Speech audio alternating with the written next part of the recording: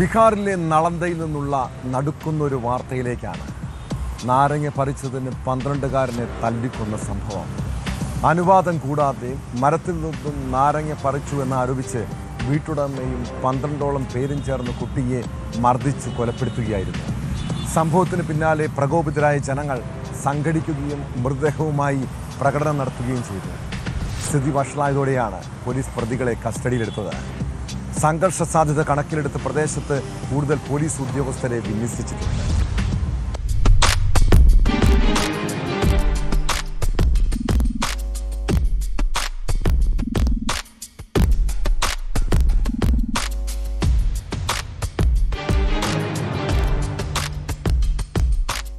ബീഹാറിലെ നളന്ദയിലെ ശംക്രവൻ ഗ്രാമത്തിലാണ് ക്രൂരമായ കൊലപാതകം നടന്നത്. ശുഭം കുമാർ എന്ന 12 വയസ്സുകാരനാണ് കൊല്ലപ്പെട്ടത്. പോലീസ് പറയുന്നതനുസരിച്ച് സംഭവം നടന്ന ദിവസം വീടിന് സമീപം കളിച്ചുകൊണ്ടിരിക്കുകയായിരുന്നു ശുഭം. ഈ സമയം അടുത്ത വീട്ടിലെ നാരങ്ങാ മരത്തിൽ നിന്നും ഒരു നാരങ്ങ താഴെ വീണു. കളിച്ചുകൊണ്ടിരുന്ന കുട്ടി ഈ നാരങ്ങ എടുത്തുവെന്ന് ദൃക്സാക്ഷികൾ പറയുന്നു. അനുവാദം കൂടാതെ നാരങ്ങ എടുത്തതിൽ പ്രകോപിതനായ വീട്ടുടമ 12ഓളം പേരെയും കൂട്ടി കുട്ടിയെ മർദ്ദിച്ച് കൊലപ്പെടുത്തുകയായിരുന്നു. അനുവാദം കൂടാതെ മരത്തിൽ നിന്നും നാരങ്ങ പറിച്ചു എന്ന് ആരോപിച്ചാണ് ഇയാൾ കുട്ടിയെ മർദ്ദിച്ചതെന്നും എന്നാൽ താഴെ വീണ നാരങ്ങയാണ് കുട്ടി എടുത്തതെന്നും ദൃക്സാക്ഷികൾ പറയുന്നു.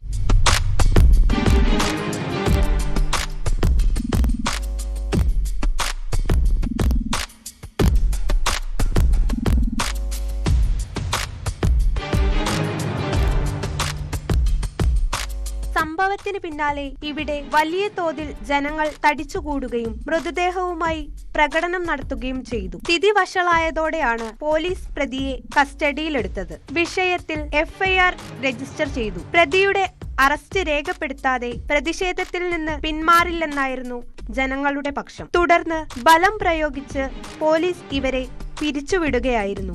സംഭവവുമായി ബന്ധപ്പെട്ട് 12 പേരെ പോലീസ് അറസ്റ്റ് ചെയ്തു. സംഘർഷ സാധ്യത കണക്കിലെടുത്ത് പ്രദേശത്ത് കൂടുതൽ പോലീസ് ഉദ്യോഗസ്ഥരെ വിന്യസിച്ചിട്ടുണ്ട്.